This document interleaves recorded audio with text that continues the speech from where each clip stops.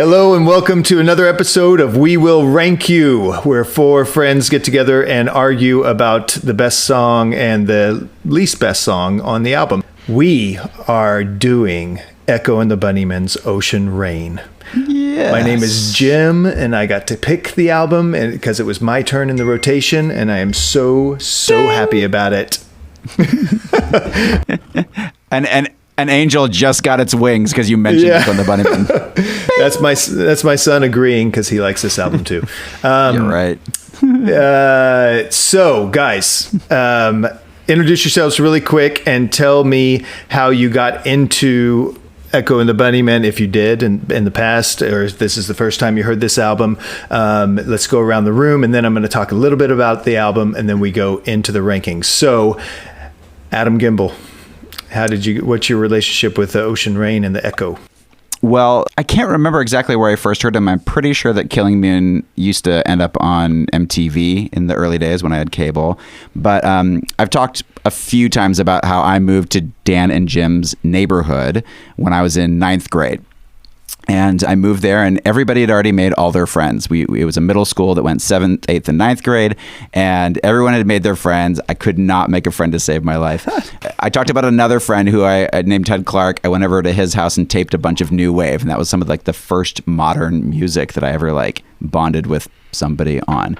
But in my English class that year, there was a guy named Scott Brown, and I don't really remember being good friends with him. He was a cool, funny, smart guy, and he seemed to want to help.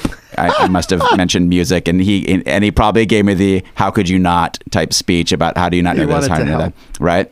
So what he taped for me was a few New Order EPs, early EPs, and Brotherhood on one tape, and then on the other tape he taped me Ocean Rain, and anyone want to guess what he put on the other side? Baltimore Tarzan Boy. Bauhaus. Oh, I'm going to say nice. The Color Field. That is the Color Field. Exactly right. The Color Fields, Virgins and Philistines.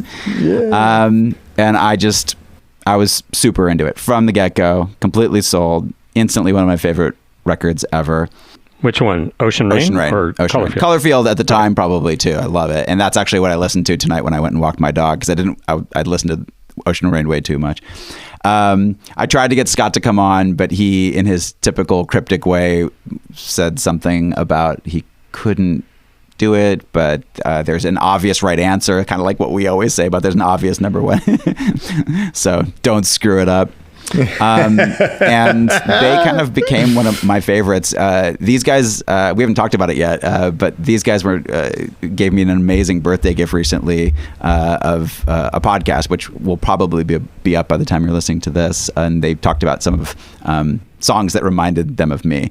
And Dan actually mentioned Oingo Boingo, because we talk about the holy trinity of mopedom for a lot of people is Depeche Mode, The Smiths, and The Cure. And for me, it was more Echo and the Bunnymen, New Order, and Love and Rockets. So yeah, Oingo Boingo is its own separate thing. They're not in the mopedom category at all. But Dan was chastising me like, that's bullshit. I'm like, no, not at all. I didn't realize it was just mopedom. That clarifies it for me. Yeah. Yeah. So, loved them long time, seen them many times. Really quickly, here's when I saw them. First concert I ever went to with Jim, 9/11, 1987.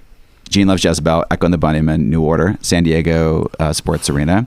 A few years later at Street Scene in San Diego without Ian McCulloch, when they did a record called Reverberation, which I'll talk about a little bit later. At 4th and B, sometime in the late 90s, maybe, Reading Festival in England, saw one song, and I'll talk about that later.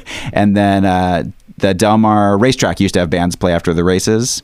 Saw them with Future Girlfriend and, funny enough, her friend Andy Zaks, who, if that name sounds familiar, when I wrote the liner notes for the Jellyfish box set, they kind of were vague on what exactly I was writing. So I wrote I'm doing hand movements. I wrote a history of the band, and they said, it's great, but we're going to let someone else write a history of the band, and you write about what it's like to be a fan. And the guy they got to write was a friend of theirs named Andy Zaks. So he was there. He had just written the liner notes for the Echo and the Bunnymen box set, Crystal Days. So to say he was more qualified than me as a writer is an understatement. Adam, Yes. Did you not go with me to the open air amphitheater? I did not. Interesting. I did not. I was there, Dan. Ah. Right. Did I go with you? I don't know who I went with. I was with Scott Brown.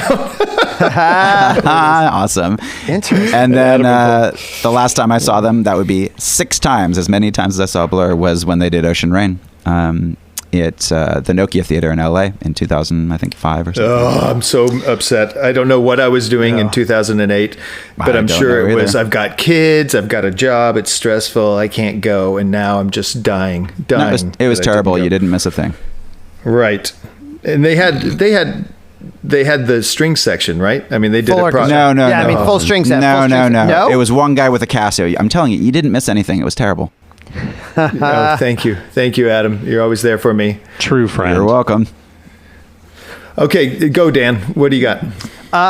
Okay, I'm going to go quickly on how I came across it because, Jim, I've been waiting for you to pick this album because I have a story I got to tell, and I might as well just get it done up front. So I think Songs to Learn and Sing was my first experience with Echo. Then I went backwards because I totally dug that album. I'm like, I'm a completist. I got to get through the other albums and worked my way back and loved him ever since. Ocean Rain. We'll get to this, but I want to hear if anybody seriously thinks Echo has a best album that's not Ocean Rain, because that would blow me away. To me, it's far and above all the other ones. Agreed. So about, I don't know, 4 years ago or something, I got invited to speak at TEDx Venice Beach. Humble brag, I know. And it was awesome. But the night before, TED is one of those things where like you gotta do it just right in the way. So they have like rehearsals where they put you through your paces and you do it as many times as it takes till they feel like you've got it done, and then you're done and the next person comes in. So they don't give you a specific time you have to come into audition. They basically say, hey, at 5 p.m., show up at this restaurant. We're going to have a full spread.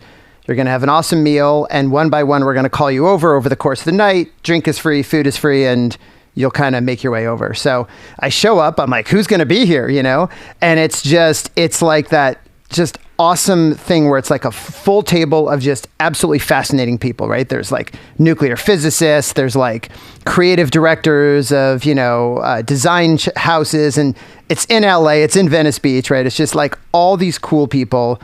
I get there towards the end, so I'm at the end of the table, and everybody's having like one conversation. It's that dinner party conversation, cool. like out of a movie, I'm like, this is so awesome.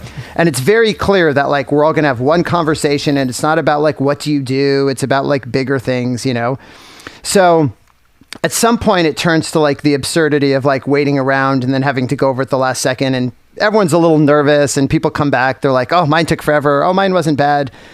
And the guy who's sitting across from me goes, oh, this reminds me so much of just being in a band and doing like sound checks, And I was like, band, And I'm like, do I ask? Uh-huh. And I learned the lesson that you always ask a couple years ago. Before that, when I was at a dinner party at my neighbor's house in Chicago, she goes, we're just having some friends over for dinner. And the guy was like, oh, I traveled to this country for a band in this country. And finally I was like, have I heard of the band? And he goes, I don't know, some people have. And I said, well, do you mind telling me? And he goes, yeah, we're called Wilco. I was like, so the lesson to me at that point was, okay, always ask, because you never know. I'm in a room with 8 people, and one of them's the drummer from Wilco. Nice. So now fast forward back to this dinner table, and he says, doing it with bands and stuff. And I'm like, we are in LA. It is a cool group of people. So I said, oh, do you mind telling me which band? And he goes, yeah, Echo and the Bunnymen.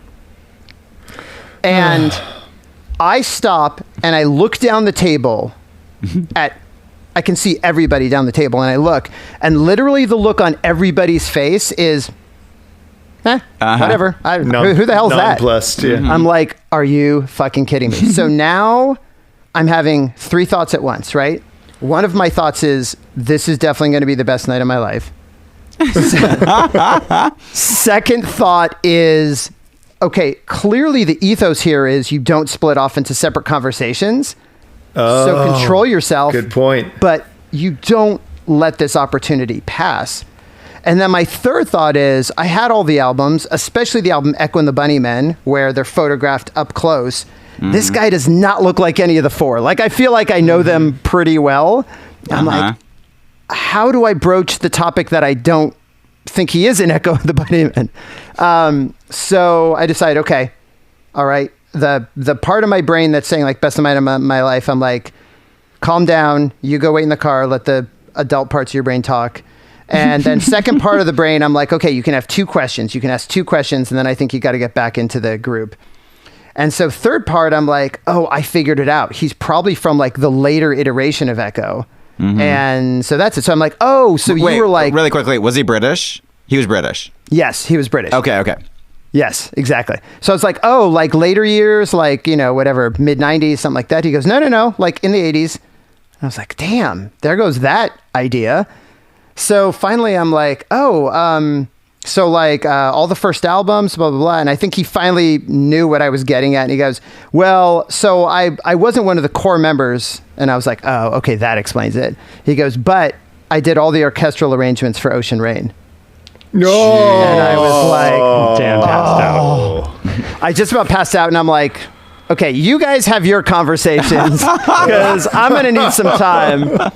No, so I tried to be polite. So I decided to ask one more question, which was, oh, did you tour with them when they just did because this was only like a year after the tour where they played Ocean Rain and did the full strings. And he goes, no, I'm not. I'm totally done with that now, and blah, blah, blah. And sure enough, I came home and I looked it up, and there it is. It's like, oh, you can't see it, but it's like, yeah, it's got it says orchestral arrangements by Adam Peters.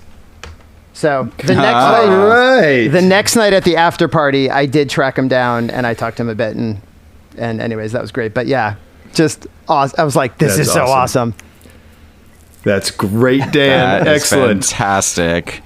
Okay, we've established your right. Right to be on the podcast here. Excellent. Thank you,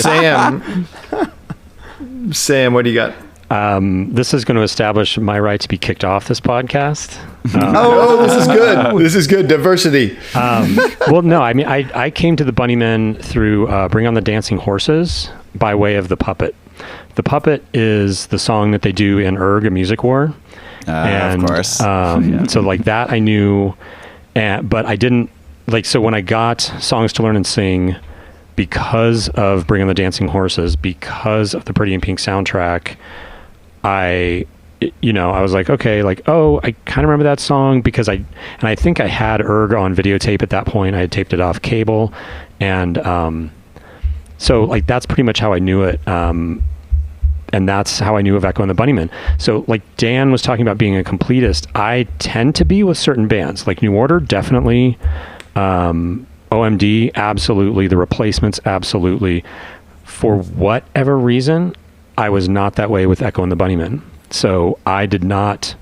I knew them from Songs to Learn and Sing, Echo and the Bunnymen, Ian's couple of solo records, and that's pretty much it. I haven't really listened to much past, and I didn't really go back and listen to much of their early stuff. I think I've listened to was the first album Crocodiles?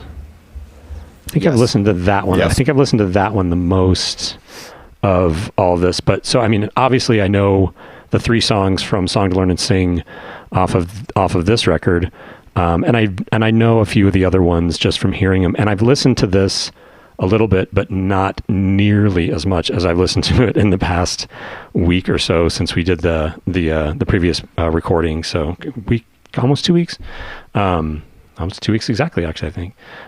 But yeah, so that's all. I don't have a big long story like Adam or Dan, so. Thank God for that. That's great. Yeah, I'm going to have an even shorter one. I remember where I was the first time I heard this album, and it was in 1984 at a friend's house. Adam and Paul Ramol, the twins. Yes. They turned me onto it. They were at that show at the Open Air Amphitheater, that was a great venue for. I mean, we saw The Cure, we saw the Smiths there, we saw an Echo, and I remember at that show, Paul. Got up to the stage, wormed his way up, actually sat on the stage underneath Ian's microphone and like looked up at him, and Ian's looking down at him and doesn't kick him off, and the bouncers don't kick him off, and he gets to spend one song up there. And Ian passed him his cigarette, and Paul took a puff. Nice. It was just like legendary. Are you kidding Seriously, me? legendary. We're 14 amazing. years old, and that just happened. I mean, this is a 14-year-old kid. Anyway, I mean, his life took a charmed. His whole life took a different path after that, and it's why he's lived a charmed life ever since. oh my God! So It had to be downhill though after that. Jesus Christ. we can ask him. So the Ocean Rain was my Bible. I mean, I just loved every bit of it. I went backwards in time, like you, Dan, and it didn't catch. I love songs to learn and sing. Those are the songs. I listened to the crap out of that. I went forward to Echo and the Bunnymen. It's self-titled, right? Yep. With Lips Like Sugar and all that stuff. I do not find myself pulling that album out ever. I don't know why, but if I hear a track off of it, I'm like, okay, and that's it. So I'm really in that pocket of 1984 to 1985, and I can't wait to talk about this album. Let's do it. It's released by Sire Records in the U.S., and we are in the U.S., so that's what we're talking about, in May of 1984. Music journalist Max Bell said in his review for the Times, London Times, this time vocalist Ian McCulloch has tempered his metaphysical songs with romantic sweetness, and the band's melodies are more to the fore. Acoustic guitars, brushes, and sparingly used keyboards all add to the album's optimistic warmth, and there is a consistency of atmosphere in the songs. And I copied and pasted that onto my notes because I love that. I totally agree with that. I love the word romantic for this album, that especially compared to other Echo stuff. I hadn't thought of that word, but I think that totally applies. Yeah. Just in the sound. Ocean Rain. Yeah, absolutely. Reached number 4 on the UK charts in the first week of release and stayed there for 26 weeks. But in the United States, in the Billboard 200, it entered at 172 in June, and stayed on the chart for 11 weeks, peaking at number 87 though. Dan, Good old USA. That's Probably good. Taylor Dane probably took the spot above them. Exactly. There were 3 singles. You guys know what they were? Killing I guess Moon, 2 of them. Silver. Yeah. Those are the 2 I'm willing Yep. to bet on. Seven Seas. And Adam. Well, Seven Seas. Exactly. Oh, sure. I wasn't sure about Silver though. Sure. Yep, those are the 3.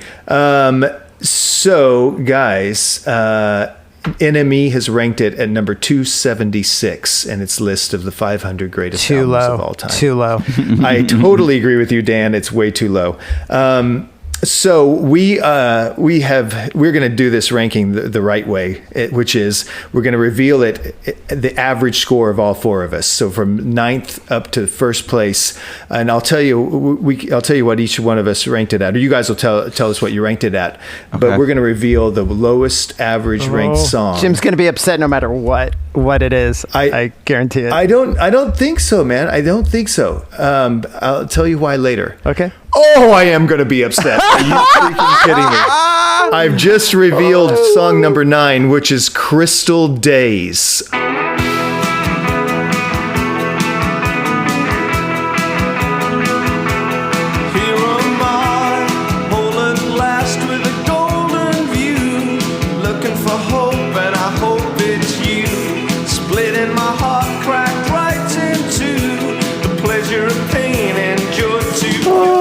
Oh, I have a problem immediately. So funny. I'm shocked. That's a jaw dropper for me. That is a jaw dropper for me too. Okay, so Then it sounds like Sam and I did the dirty work here. why don't you go first, Adam? What do you got? Who? Adam. Oh, are we going alphabetically? I thought last time we did this, it was whoever ranked it lowest. Are we going to do it different this time? I'm in charge, so I'm calling on you like a teacher. Okay. Oh, Adam, could you read the next paragraph for the class? All right. He's mixing it up. That is totally fine. Okay, so I've got it at number 6. Basically, I forgot that we were doing it this way, as Jim. Of course you did. Like, I got a text right before we did this that I was supposed to send in my rankings. Sam didn't get that memo either, so me going chronologically had some things I wanted to say, but that's okay. Basically, the way I'm ranking this falls into 3 fairly simple categories, and one of them, I guess I'll say it this way. One of them is happy songs, and there were basically 3, and this one fell right in the middle for me at number 6. I didn't mean for it to end up this way. I wasn't trying to, but where my favorites were, like the happy ones were all together, 3 in a row. It was really, really hard for me to choose between the happy ones. But splitting my heart crack right in 2, like that's Jim's favorite line.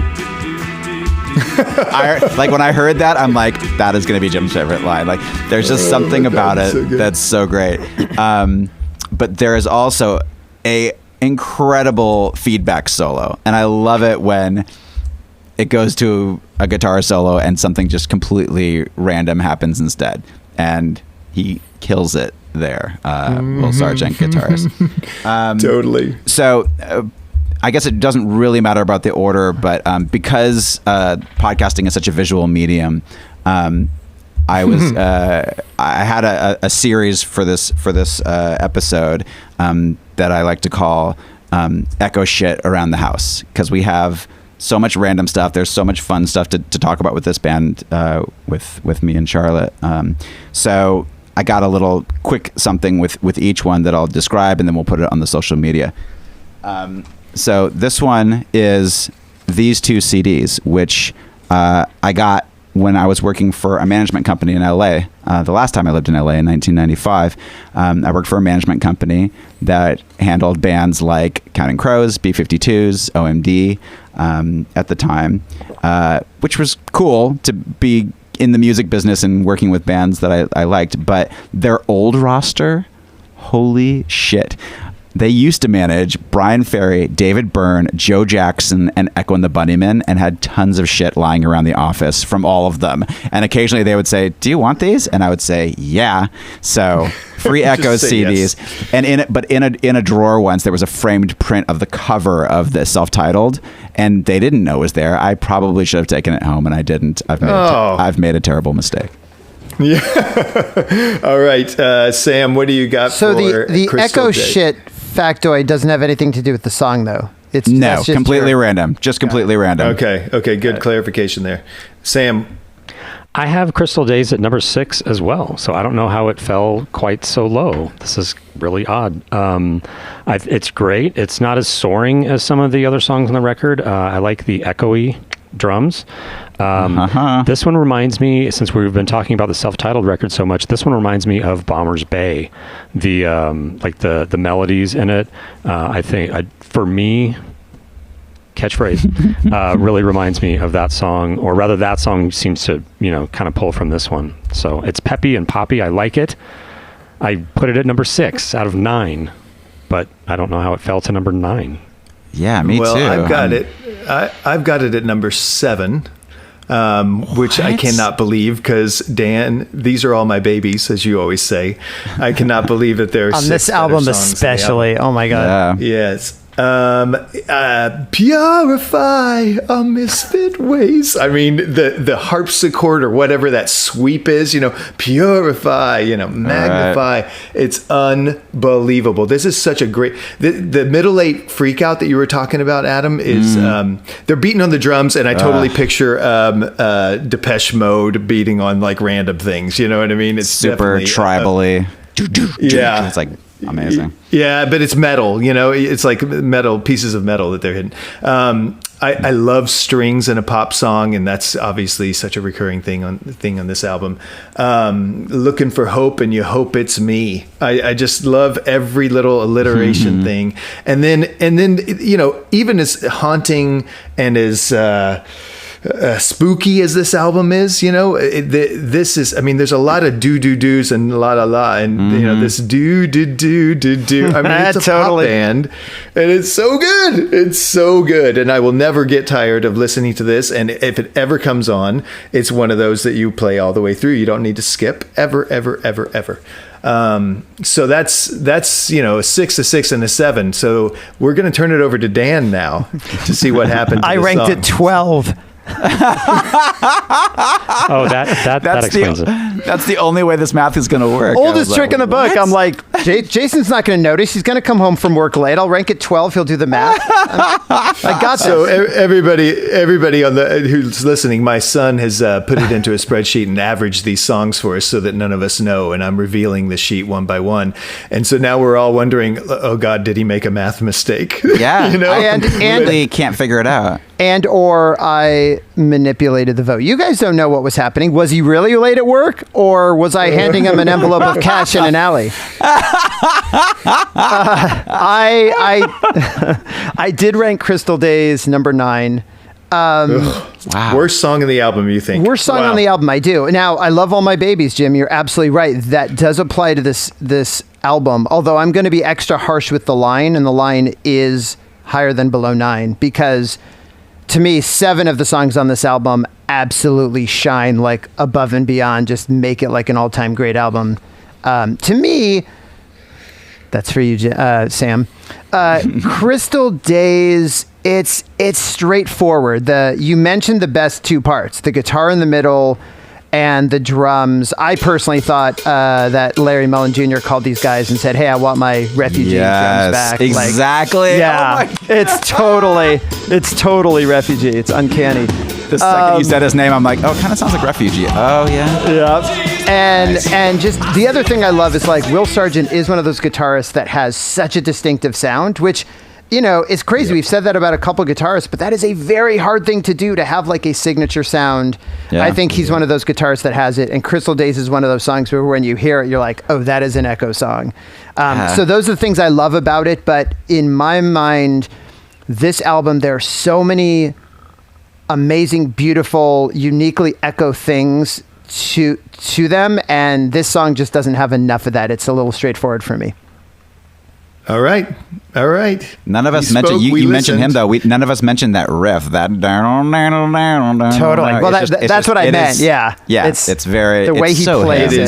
It's so him, but totally. So. Yeah. That's how you say it. It's so him. Yep. We're gonna reveal number 8, and I am holding my breath.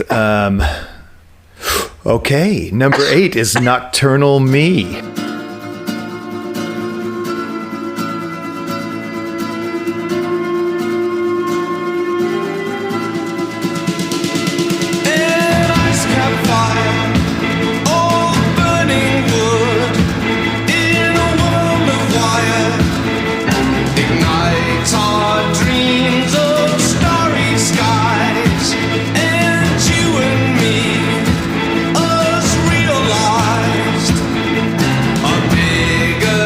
Nocturnal Me is number 8. There's some shock faces around the room. Dan, why don't you go first? I choked ahead of time on that one. Wow.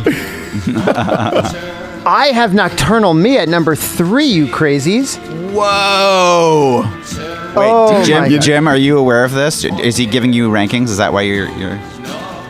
No. I can see everybody's rankings as I reveal them one by one. As he opens an email for that song, yeah. Okay. I will tell you this. There is a tie for last place because both of these averaged out to 7 points. So well, we got it right. Let's be clear. We got it right. Last place. So, look, Nocturnal Me is also a little bit straightforward. There isn't quite as much going on in it, but the mood it sets from the onset, from the very beginning when those drums kind of crescendo in, we're off to the races, and this thing is intense.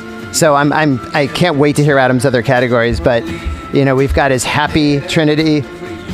I'm guessing one of them is like mysterious / dark, and this has to be in that. In my mind, guys, Echo is one of those bands where when I close my eyes, I can see an entire visual scene around their songs. Like, it's just It's so rich in imagery, even just the instrumentation. And I'll tell you what it is with Nocturnal Me. In Nocturnal Me, we, guys, us, were being ferreted down a Venetian canal at midnight with a killer following closely in the gondola behind. Yes. Like, that is definitely what's happening with that mandolin or whatever is going. That's beautiful. It's just gorgeous. It sets such a mood, and it's so intense. It's my favorite kind of echo with, like, let the darkness begin. So I'm very, very disappointed in at least some of you on this one. Okay, well, I'll tell you that one of them is me. I had it at number 8, second to last. Moody and Great is what I wrote down. It's an awesome song, and when we all heard it at the during the closing credits of that show, Stranger Things. Did you guys watch Stranger Things? Yes, I forgot. I lost my shit when it showed I mean, that was a great moment in my life. Like, holy crap, there's smart people in that show. Wow, great call. I love the, but it's a spooky song. I love your imagery, Dan. But I love the opening drum build. And it totally reminds me of Caterpillar Girl. It's just always reminds me of that. This is the same. Speaking of The Cure, this is the same placement on the album, second song off in the album as Kyoto's song, Head on the Door. And I don't know why, but I think that's cool. It just brings it down after the really upbeat first song. So I had it at 8. I love this song. Sam, where'd you have it? Sometimes we agree, Jim. Sometimes we disagree. This time we agree. Number 8. Well done. I was on the edge of my seat for that. Yeah. and Dan talked about the line. For me, it's actually under number 9. I love all of these songs, and I did not come into this record knowing hardly any of them. And I'll talk about my number 9 later and why it's under it. But this one, like the repetitive... Not that much later, right? We'll see. It can't be that much later. Well, the repetitiveness of this, the repetition, it is kind of put it off for me a little bit. But it's a gorgeous song. The strings are great. It didn't capture me as much as the rest of them did. That's it. All right. Adam, where do you have it? I've got it last. And my line is 10, whatever you want to say. Like, I love all these songs. Every song's good. I knew going into this before I even started ranking, I'm like, whatever my last place is, I'm going to love it more than any last place song we've ever done, because even Stone Roses has Elizabeth My Dear, which is you can't love that much, and I love every song on this album, which, remember, in my opinion, is a better song than I Want to Be Adored. Correct. The rebel streak continues.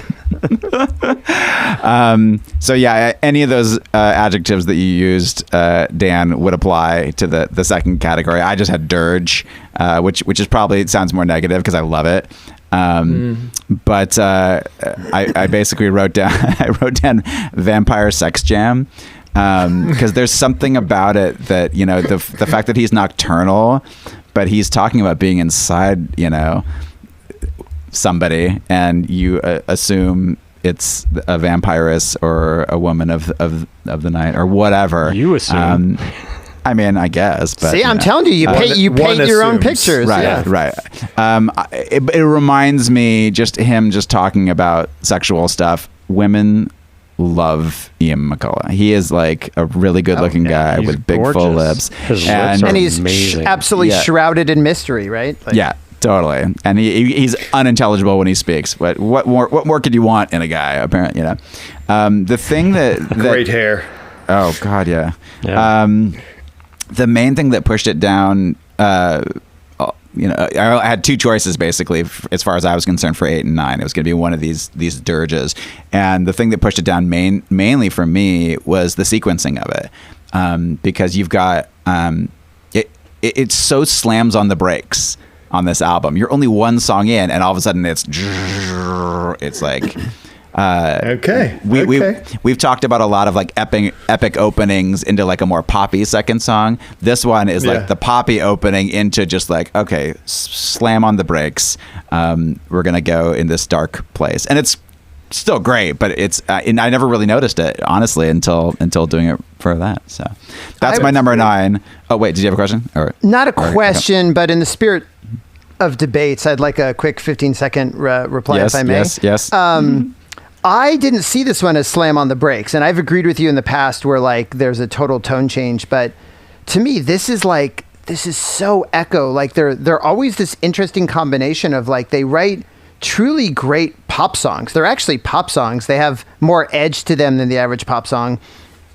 But then they just have like these darker meditations. I think dirge is the totally wrong word. Dirge is like slow and you're right.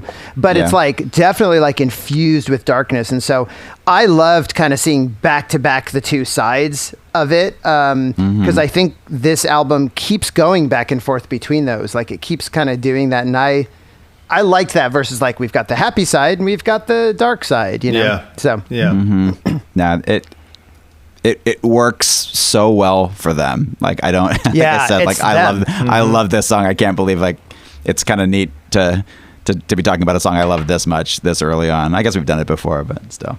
Anyway, my Echo item is this one. I've never read it, but it's called Turquoise Days. It's a book called Turquoise Days: The Weird World of Echo and the Bunnymen. Pick it up at read it, probably on Amazon. Read it. Okay, hold on a second. Let me just read the whole thing. All right, I'm going to reveal number 7. Oh, guys, can't get worse than that. 7. Can it? Are you sure? No, I'm not. Okay, here we go. The Yo-Yo Man is in number 7 with oh god. Okay. Froze to the bone in my igloo home, counting the days till the ice turns green. You know when heaven and hell collide, there are no in betweens.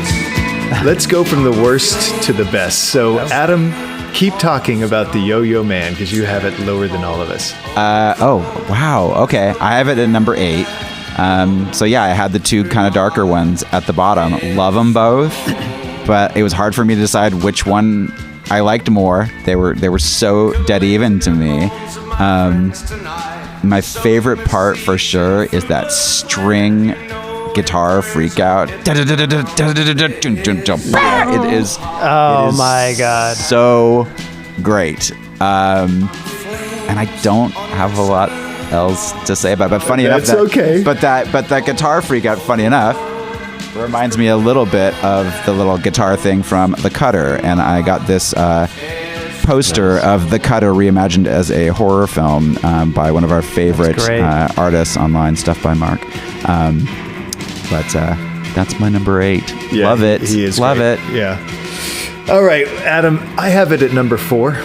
Nice. It's the 4th, and it was at number 1 for a long no, number 2. It was at number 2 for a long time. Number 1 never changed. I love it. Wow. But, oh my God, this is the best. It's the best. The drums, the strings. It's a sea shanty, guys. You know, I mean, this is definitely to me a theme album. The album art. Yeah. Absolutely. You know. You are on the sea, 7 seas. There's the killing moon above you. It's at night. It's nocturnal. There's ocean. Is it's raining in the ocean, right? All that stuff. There is definitely a mood to this whole thing, and this is the sea shanty song. The vocals are so up in front, and I just love his voice. It's the best voice ever. Why not put it? And that's the whole album. Ian's voice is right up front. Beautiful, double tracked, right? There's 2 of them, and they're really distinctive. You can hear that there are 2 of Ian singing to you. I love the way the background says, "I'm the yo man," and then always up and down, and Ian holds back on saying those words until the 3rd verse, though. The middle 8 instrumental, delicate dancing fairies thing in the graveyard, Yeah, awesome. I couldn't wait. I was like, how do you even describe that? Like a clock, like a music box. I called it an evil music box with headless baby heads floating around it. Yes, dude, yes. And then right when that fades out, when that ends, the vocals come in. I'm the yo-yo man, always up and down. It's the yo-yo up and down, I equate to like the deck moving up and down between the waves. But you're not, we're all obviously we're marooned after this sea voyage in an igloo, waiting to die. And I just love it. I was thinking, why do I love this song so much? And it's Ian's vocals. He kind of whispers the delicate parts, and he's really strong with the heavy parts, like flames on your skin of snow, turn cold, always cold as the wind that blows. All of that is delicate. It's winds, it's flames, and then headstone of solid object, right? It's freaking, just injected into my veins. It is the best, and it's the one that gets trapped in your head long after you're done with this album. And that's my number 4. So, Daniel. So this song for me was the one that it kept going up and down on my list, like it nonstop, which is appropriate. It's true, and it's a pun, yes. But I'm not kidding. Like, it was as high as 3 or 4. It made it down to 8. Like, I could not decide where to put this song. It's got so many touches. You covered all of them. I do think the evil music box it's my single favorite moment on the album, because the first time you're listening, that gets thrown in. Like, the strings you're used to by now, all the intense, and the stabs are especially great in this. In fact, someone dies in an alley every time. That's my I've got a made up fact for tonight. Someone gets killed in an alley every time you listen to those strings. So be careful, guys. Use it responsibly. But that pulls you in, and then you hear that music box, and you're like, what? Where did that come from? And it's so compelling.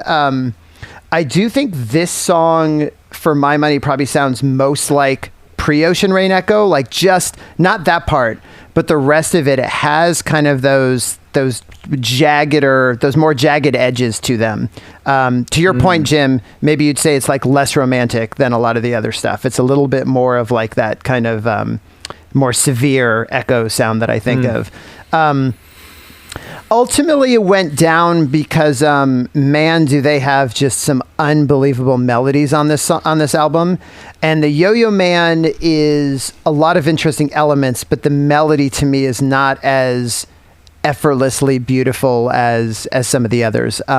By the way, I do love all 9 songs on this album, but I'm going to be really severe and put my line at above 8. The top 7, I can't imagine life without. For this album, so it is. So this is the first one that is above that cut for sure. Okay, you couldn't be without this one, or the next 7. Okay, 6. All right, Sam. I've got Yo-Yo Man at number 7. And it's at Jim's giving me the thumbs down, but this is one of those. It's exactly right. It's exactly right. I probably I probably had it lower to start off, and he's giving me the faces. Like, I probably had it lower to start, but the greatness of it elevated it. And to Dan's point, when I listen to the record, and I've just got such a pop sweet tooth, there's so much more on this that I would rather hear. And that's not a knock on this song. I love this song. It's the spooky vibe is so great. I immediately wanted to put it on my Halloween playlist, which is totally like 12 hours long of beautiful stuff. Thank you. I've listened to it. Yeah, it's thank you. And this song belongs on every Halloween playlist. It's so weird and so spooky, especially for the evil music box in the middle. But I wanted it higher, and we've talked about this before. I wanted to put this song. I was trying so hard to put this song higher, and I just somehow couldn't. And it belongs higher. I've made a mistake. Same struggles over here. That's why I texted you guys. This homework is so hard. I doubted you. I do want to say one thing about that. I did have the thought today. I said to myself, because no one else wants to listen to me talk about this shit, I said, that's why you have a podcast. Exactly. The list tonight reflects where I was when the homework was due. I don't think there's been an album yet that I have moved around so much stuff. I was like, wait, Wow. maybe that's here, maybe that's here. Wow. It was really there were kind of some bands, right? Like there were some like in the 8, 9, they were switching places, and there was kind of 1, 2, 3. But yeah, Wow. I was the same. Lots of I things. literally, I mean, an hour ago when I sent my picks in, I was making changes because I couldn't my I couldn't gosh. settle. Jeez, this Yeah. was to me. I don't know why, but this one was easy. I had one thing that I'll talk about later that I was torn, but everything else just kind of fell into place. But I love that you guys struggle. It's so Yeah, great. yeah, It's so I great that was you the guys same. take it seriously enough to worry. oh, It's great. totally. So it's the first time, Dan, when I was doing this, that I actually recorded what my first ranking was because I knew it was going to change so much. Oh, that's cool. Original so ranking. yeah. This. I love that idea. All right, guys, number 6. Number 6 is Getting Ocean Rain. Ocean Rain is number 6. Oh, let's see again. Now my hurricanes have brought down this ocean rain to bathe me again. Why don't you laughing. go first, Sam? Because I see all the rankings. Oh my god. I have Ocean Rain at number 4. All right. I love it. I think it's the strings, like the rest of the record, are gorgeous. And this was another one that I don't think I had it lower. I just didn't have it anyplace. And then once I started placing the songs, once they started like filtering out, like kind of like the sand in the bigger rocks start moving towards the top and whatever. And this one, I just from the first time I heard it, and I hadn't really listened to this record that much. Like I said, the first time I heard it, I'm like, oh yeah, this one's got to be up there. It has to be up there. And it made it to number 4. The strings are gorgeous, like we said, and as an album closer, fantastic. This like the whole mood of this record to go out on Ocean Rain is it's perfect. Oh, that's great. I mean, to that point, to Jim, your thing about the whole thing as a out at sea on a ship, like this is absolutely them receding into the background, like sailing off into the horizon. Like you can just see them sort of like you see the path in the water, and they're off to their next adventure. Like it so feels like the next departure. Yeah. Oh, it's so great. Go, Dan. Keep going. Despite that, I have it number 8. I mean, look, this song deserves one word, and it's beautiful. It's gorgeous. At the end, when he goes up, when he, what are the lyrics at the end? I don't know them. Screaming. Beneath the waves. Thank you. I mean, it's regal. It's literally regal, and he is standing at the bow, like singing that. You can just see it. Yes. So I love that. That being said, you know that I have music ADD, and I get bored, guys. I get bored. And if there's one knock against this song, I will admit, I'm not always fully enthusiastic about this song. I'm like, really, really pretty, so pretty, so pretty. And then I get a little bored, and that's what brought it down.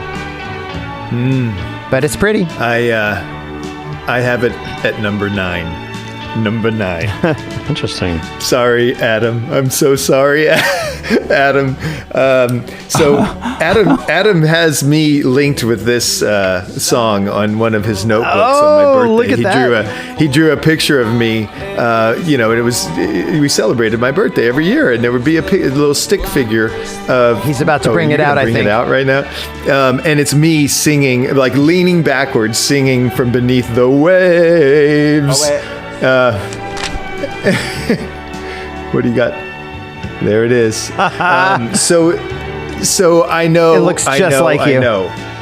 But guys, this is a album So ender funny. like All I Want Is You. Isn't that the end of the album? Yes, sir. End of is it Rattle and Hum? Correct. Anyway, it's it's the 2 chords back and forth. that you're right, Dan. You know, it's just I get a little okay, and I don't need to hear this song over and over again like I need to hear the others. I love the lead guitar lick. I know you guys know how it goes. I love the deep vocals. My ships are sailing. Totally. I mean, it's just freaking melting, right? And yeah, but it's there's 8 better songs on the album, and so now we'd like to go over to Adam. Adam, you must have averaged it up. Go ahead. I have it at number 2. And okay, wow, because I was gonna say with a 9 and an 8 to do this well, yeah, right. So for years it would have been way lower. So I guess in talking about how I can't believe that you guys were moving stuff around. That is one song that years and years ago it would have been a lot lower. But I have so many sentimental attachments to it. Starting with, for whatever reason, I thought that was Jim's song. That's why. So yeah, I had a diary in 1988 that I would bring to school and write down assignments and things like that. And on people's birthdays, I would draw them. And that's what I drew for Jim on his birthday, him singing Ocean Rain. So, Adam, that's why nostalgia will get you nowhere, man. It leaves you behind. Like, you're still stuck back in Jim's birthday of '88, and Jim's moved on, and you can't. But no, and I love that about him, and that I thought he loved it or whatever. But that, even back then, that didn't mean I loved it as much as I came to over time.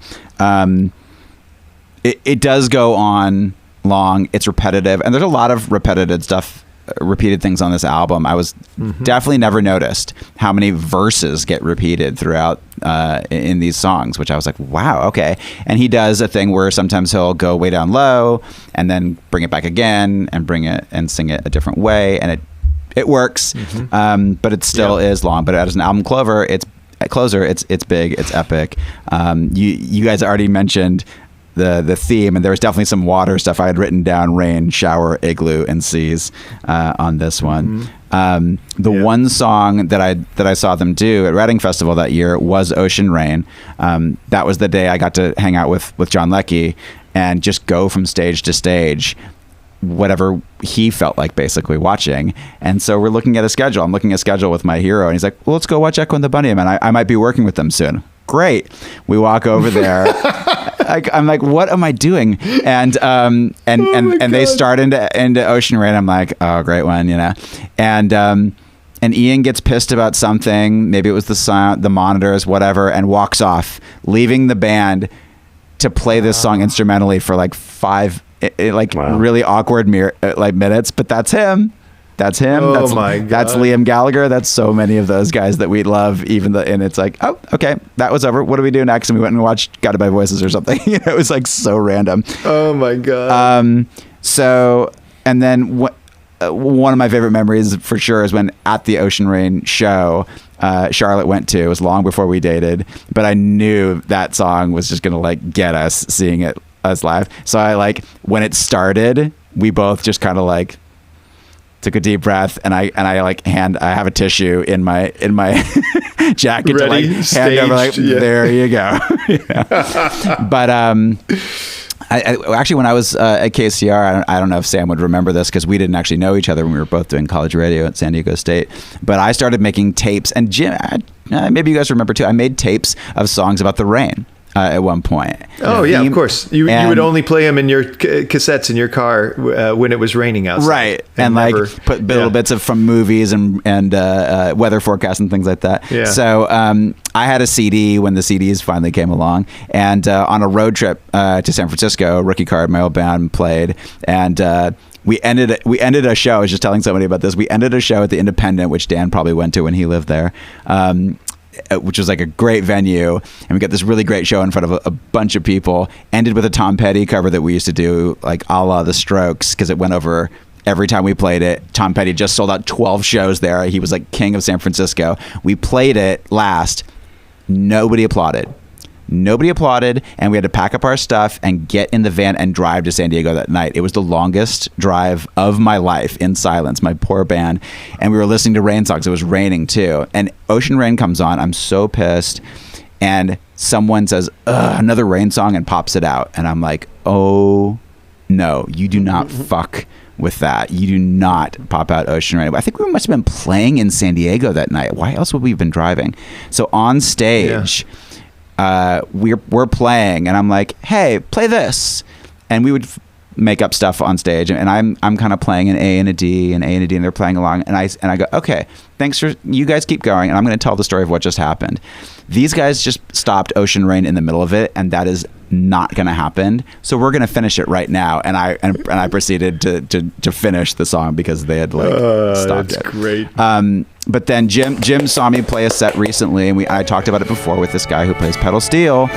And he suggested doing songs that have a lot of strings. And so what would be great? XTC's Skylarking, Lloyd Cole and the Commotion's Rattlesnakes. And I'm like, I got to play something from Ocean Rain. And I'm like, what could I pull off? And finally I thought, this would be great. This would be, it's really slow. It's a lot to play that quietly. It's a lot of pressure, but it just became like one of the most fun things I've ever played ever. And when he was playing it the first time in front of people, I almost was crying. And there was a woman at this restaurant that we were playing at sitting with a little dog on her lap, and I finished the first part of singing, and he's playing, and it's beautiful, and I look over at her, and I'm not making this up, the little dog looks up at her, she looks down at the dog and says, I know, because it was so pretty. And then they look back at me. Oh my God. I almost lost it. It was like one of the funniest things I've ever seen. Oh my God. This steel, what is it? Pedal steel guitar that he played? So playing it gave me an absolutely completely different appreciation for it. There's no way I would have it this high, but I've learned to really, really love that song, plus all that sentimentality. So I agree with you guys, but for me, it's got to be almost at the top. Justification. All right. Are we ready for number 5? Yes. Yes, we are. Being revealed now. Oh, you guys. My Kingdom is number 5. And this is the end of the podcast. Thank you all for coming. What the hell is going on?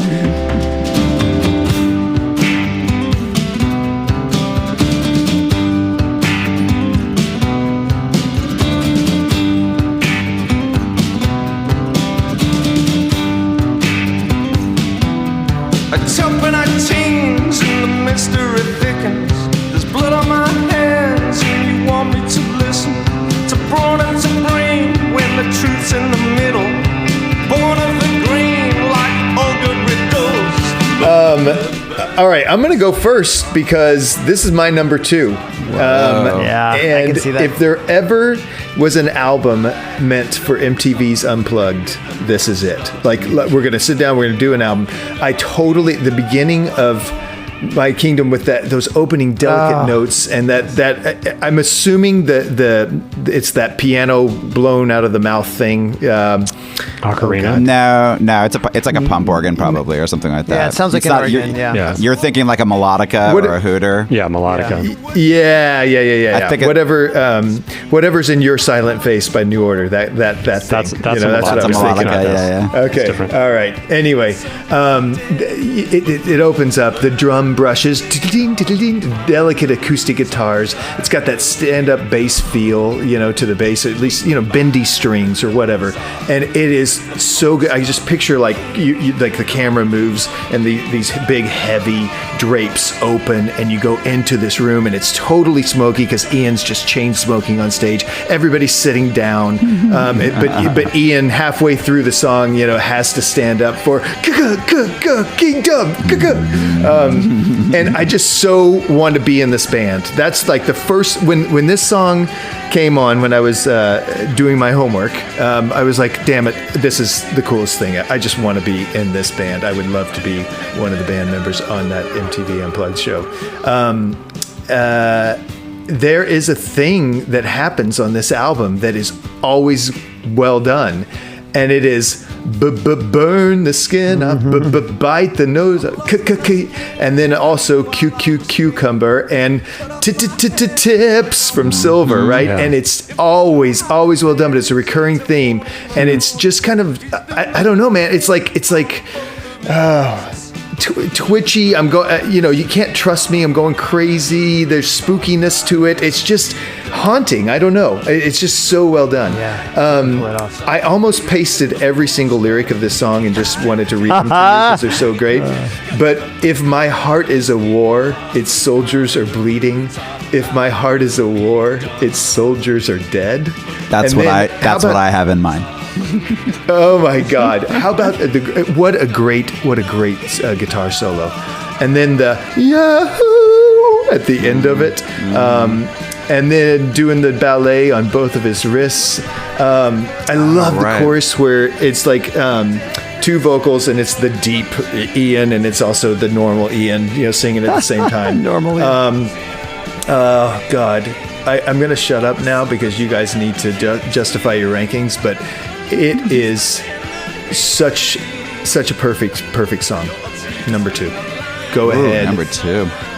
Go ahead, Sam. I have My Kingdom at number 5. I love the verses and the choruses. I love the brush drums are all over this record. And this, this song is just one of so many examples where they're just out front, and it just really kind of sets the stage.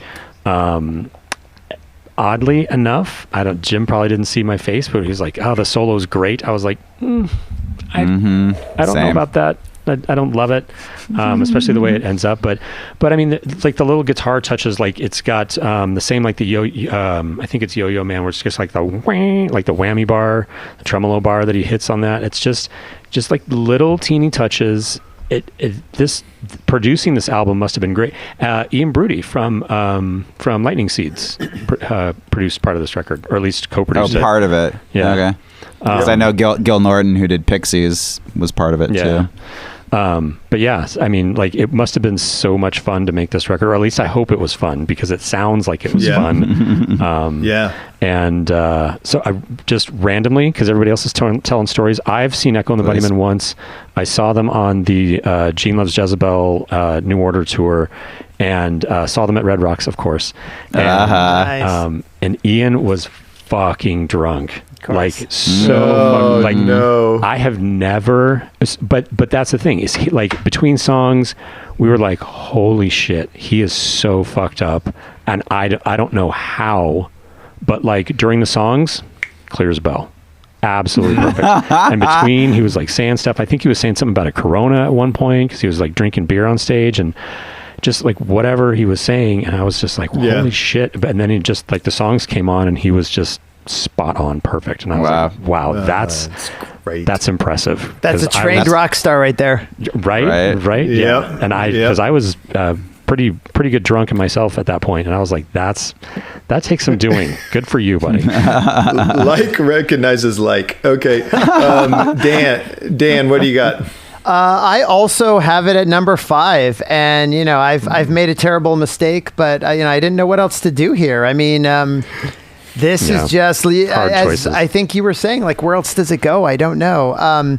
That beginning, the organ is so gorgeous. That was actually one of the things. It had been a couple years since I'd listened to this album. That was one of those details I'd forgotten about. I was like, oh, I forgot the beginning of My Kingdom. Like, that's so great. And then, is that like a whip? Like, there's the brush drums, but there's like that whoosh back and, that keeps going. I love it. I love that little, to your point, Sam, about the little touches. This is one of those songs where in my mind, Ian's vocal delivery just shines, right? Like the verses are pretty straightforward, but as you said, Jim, he goes into low Ian on the chorus, burn the skin, and then he picks it up for kingdom, each one like picking up. Oh, it gets me every time. Like that does not get old. Loved it. Also, talk about something you only realize when you listen to it now. It is uncanny to me on this song how much at times he sounds like Win Butler from Arcade Fire. I'm like, I feel like Win studied the song and said, that's my sound. That's what I'm going to sound like. Like, this sounds like Arcade Fire. Oh my God. Could and should. You do. They should go back and cover the song because it's practically Arcade Fire ready. Yeah, that's really funny that you say that. I did have a note to mention it somewhere. Never noticed it. Charlotte noticed it, who knows nothing about Arcade Fire, was like, I kind of like this. It sounds like the way Ian sings. I was like, what? But even though I already knew that Arcade Fire loves Echo, how much they had Ian sing the Cutter with them, and it's amazing. Wow. I did not know that. A must see. Oh, I gotta look that up. A must see. And then the other one, which because I don't really know where I would throw it to mention it, but when I saw them at 4th and B in the late 90s, it was a more straightforward show. And I guess actually when I saw them at Del Mar too, it was like, it wasn't all the strings. Mm-hmm. They just played these songs a little more straightforward and rock. I was freaking out. It sounded so much like Oasis. Some of their big hits. What? I was like, yeah, that's holy really surprising. moly. If you play it, I mean, his voice doesn't, but the arrangement, they're like really melodic. And I mean, obviously a song like Nothing Lasts Forever or something like that, a later one would. But there were a bunch of songs where I'm like, it's kind of Oasis. And it had never occurred to me before. Wow. Where do you have this song? I also have it at number 5. Wow. 3 of us. We finally agree on something on this album. Right? And you talked about a lot of the stuff I love about that pump organ intro, that kick it. And I mean, it's not that it's bad, but I did put not a good guitar solo. And I was comparing it to the Feedback one of the Yo-Yo Man, I guess. No. What was the one that's like just all Crystal feedback? Days? Crystal Days. Crystal Days. Yeah. So it's like, to me, that's like a not as good version of that. But that groovy intro with that acoustic riff kind of reminded me a little bit of Pushing Up Daisies by The Color Field, which is on the same tape that Scott Brown. It's got that dun dun dun stab dun dun dun, like a little bit like that. Yep. Funny enough, Stephen Malcolmus from Pavement, huge fan. He's covered this. And also super awesome. Interesting, he mentioned Boney Maroney at one point, and there's a famous version of Do It Clean that was on singles and whatnot, where Ian's doing the thing that Bono kind of became more famous for, which is working bits of other songs into it. And he does When I Fall in Love, again, Nat King Cole, and Sex Machine by James Brown. And he does a little bit of Boney Maroney, which is like Richie Valens had a hit with it. But Boney Maroney, I didn't have time to look it up more.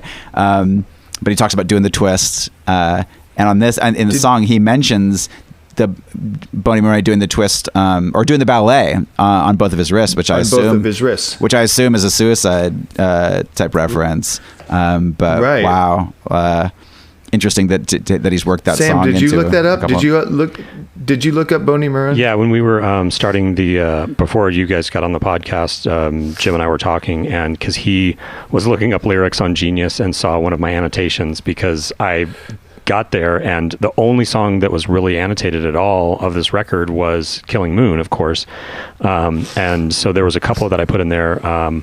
And this was one of them where Boney Maroney was sung by Larry Williams, but then covered a bunch later, and so I put that in there, and then also the part about the twist, which was from 1958. I forget the name of the band offhand, but then Chubby Checker redid it in 1960. It could have been Chubby Checker, but I was looking up different variations. Chubby Checker redid it. Chubby Checker covered it later. That was a cover of a. Oh, really? Because there were so many twist songs, but I was looking up and I couldn't find the recording that I'm used to, which I don't know how I know it so well. I don't know if it was on Songs to Learn and Sing or something like that, but I know like the exact live recording, and it wasn't on Spotify, so I was listening to it. But there's also like Land of a Thousand Dances, the famous Wilson Pickett song. He's naming off dances, and I thought maybe he was doing that, but it's not exactly that. So I think he was like taking bits of a few different old 50s songs in that. Yeah. But I never thought about that he mentioned it in this song in that kind of like weird slasher way. My item for this song is Charlotte's purse that she takes everywhere. She's got 2 pins on it: The Damned and Ocean Rain. So nice. Okay. Good taste. We know where her heart is. The number 4 song is about to be revealed. We're in the top 4, guys. Holy Lord. 7 Seas. 7 Seas.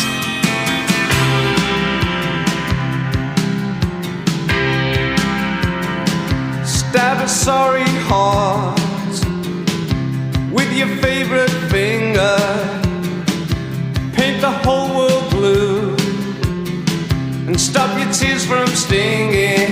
Hear the cavemen singing.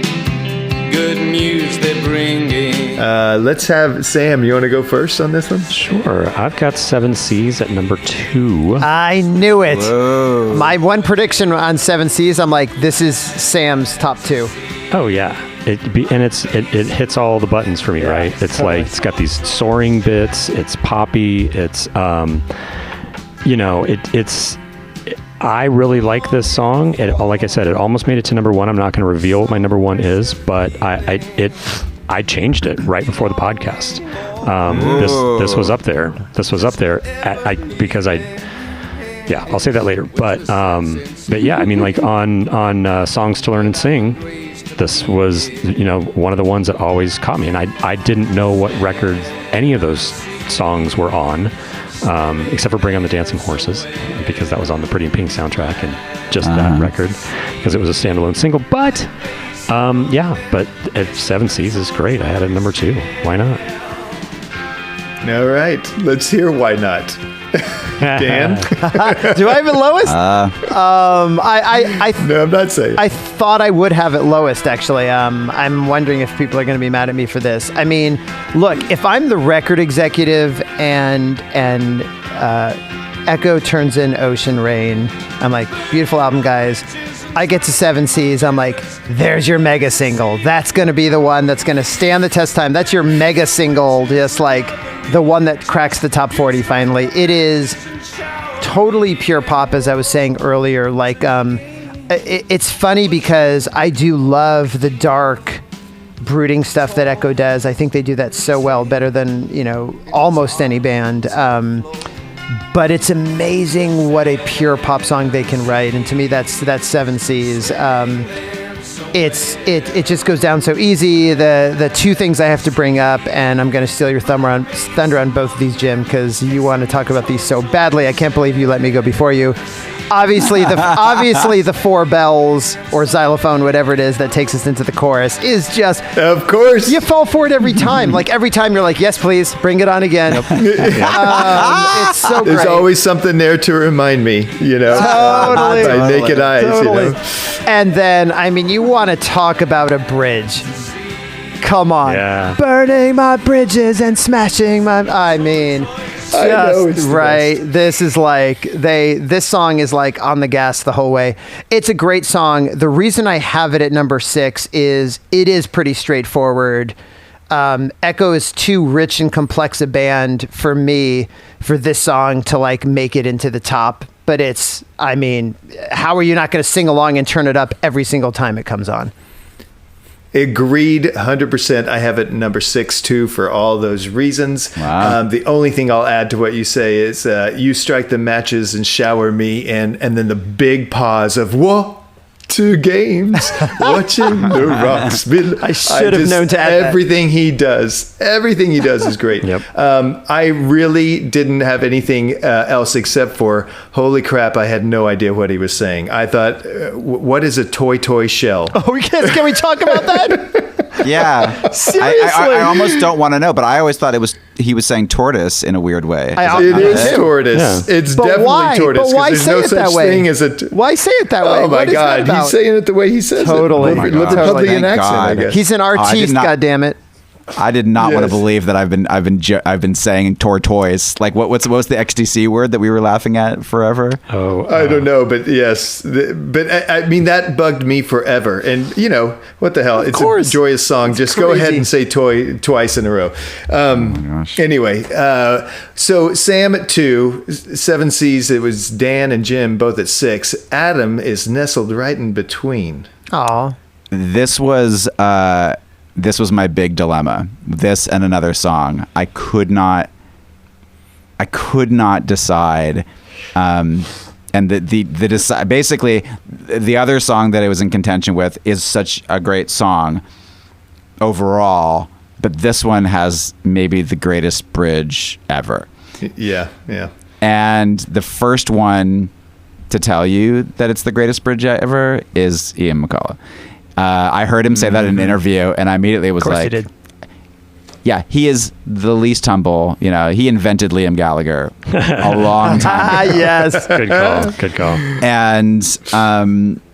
And I was like, oh my God, it is. And not only is it a really great bridge, but the way they get to it, there's like a pre-bridge instrumental section, and it's like they're just like it's like they're ice skating around before they like get to it, and it's just it's fantastic. It's so Excellent. good.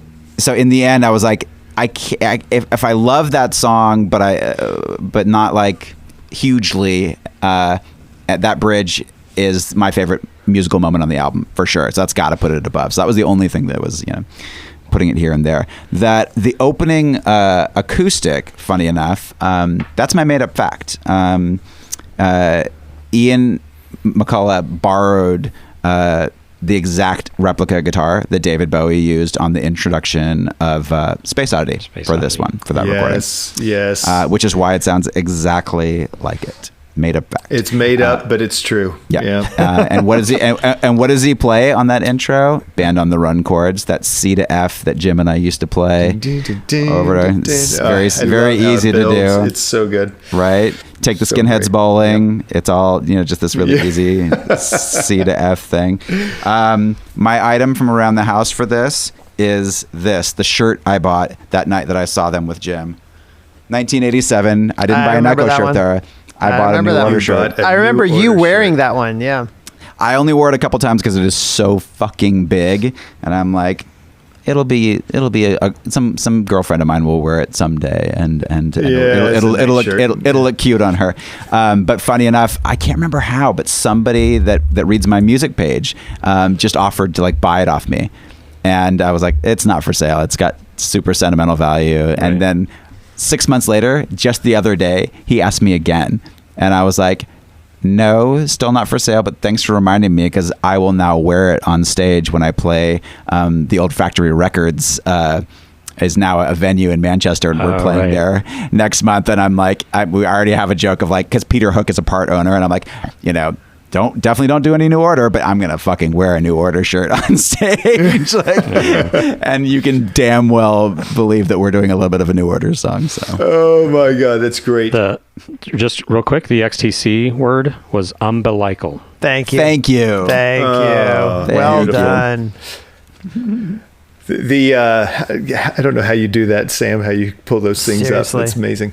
All right, we're at bronze, so third place my song. God. Medal. We're about to reveal it, my and God. I'm going to do what Adam. I'm going to do that. Let the lowest ranked person go first and build your way up. I already know it. You do? I already know it. Thorn of Crowns is number 3.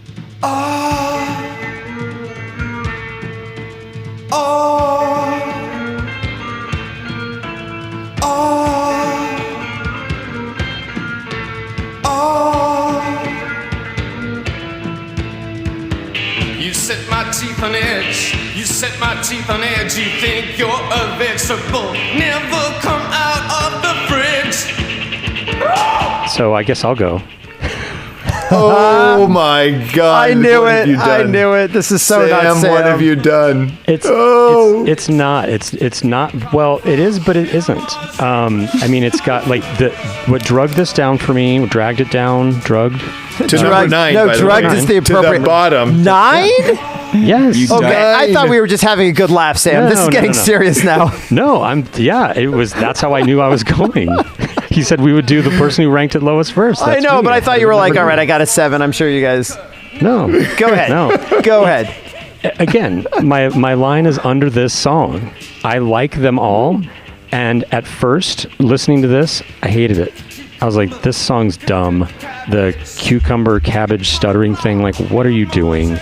And seriously, You can't see this out in podcast land, but let's acknowledge that Dan's background tonight is a picture of cucumber, cauliflower, and cabbage. He just leaned out of the way as Sam said it. Right.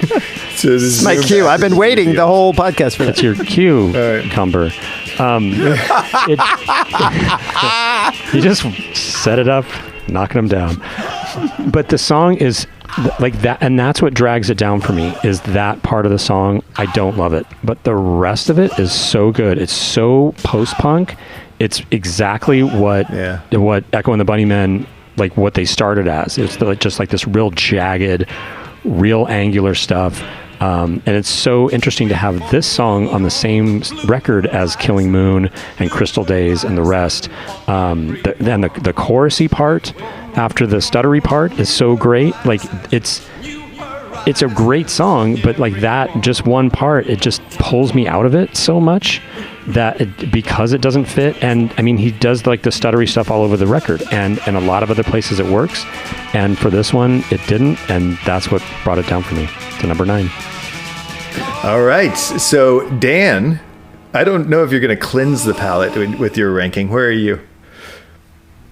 You know, I got to say, I mean, I struggled mightily with this because in some ways, this is my number 1. This song is a masterpiece. This song is a masterpiece. I went back and forth. I've made a terrible mistake. I know that. I know that now. This song covers so much territory in under 5 minutes. Everything's going totally crazy. Everything comes totally down. Jim, I'm going to let you break down the parts because I know how much you love that. I stole it from you on 7 Seas. I'm going to give it to you here. But everything's going sideways. Everything's coming together. It's beautiful. It's haunting. It's insane. It's crazy. I agree with you, Sam, that like it's got the jagged parts. But to me, this is a step in a totally different direction where like just Pandora's box has been open. Like this thing gets out of control in a way that is so amazing, and it's just so phenomenal. Yeah. Jagged's not bad for me, by the way. No, I know, but I think this is more than Jagged. This is like, and there's one song that this reminds me of, which Jim's gonna hate. But we've talked a lot about Ian McCulloch's influences, and you cannot deny who, Jim? Who? Jim Morrison. Correct. I mean, this is the Doors all the way through. It's basically the end. It's their version. It's their take on the end. But instead of howling about what he wants to do to his mother and father, he just reads his shopping list, you know? It's easily one of the top 5 most intense songs about vegetables of all time. He gets into it. At least. What's that? At least. At least. I thought like maybe King of Carrot Flowers. I don't know what else would be on that list. Oh, nice. We'll have to put that. That's another podcast right there. Yes, absolutely. Anyways, I love this song. I think, you know, if you're going to make me defend why I don't have it higher than 4, I think at the end of the day, there are 3 songs that just maybe more classically fit the song description that I just they just do it so well, they knock it out of the park, and that was my decision. But this song spent time at number 2 also, so I bless wherever this song goes, except for number 9. Okay. So, Adam, do you want to go first, or do you want me to? Oh, shit. Yeah. We both have it at number 1. Wow. We're both right. I love it. I love it. Adam. Wow. Go ahead, Adam. I mean, I knew going into this that there was very real potential that we were going to have another Queen is Dead, where somebody was going to rank it last and somebody was going to rank it first. Well, I knew I had it first. So I said, Sam, I wasn't even thinking about Sam, you know, and I'm always talking about Charlotte, but this is like one of her favorite albums. So this one got discussed a lot. But somewhere in the very early stages of us talking about it, one of the first things she said is, "Oh, Jim probably hates Thorn of Crowns," and you had it number 1. Yeah. So, and I kind of that to me, and I wanted to smack the wall, and I was like, I want to defend myself. I want to defend my taste, but I can't until the podcast. You know. I listened to this album quite a few times for this podcast, trying to look at the way we always look at it, and every song that came on, I was like, this is a great song. This is a great song. This is a great song. We get to Thorn of Crowns. Immediately, the sentence that came through my brain was, all right, here we fucking go. Like, it starts with that opening, and I'm just like, okay, here is a fucking barn burner. Like, this is it. Like, there's no way, you know. And I know that we're going to talk about another song that's way more famous for a million reasons, but this is it, man. It is definitely Doors. Some Velvet Underground. It has like that kind of heroin thing where it's epic, and that's the other category. Okay, you've got your dirges, you got your happy ones, and you've got your epic ones. And, interesting.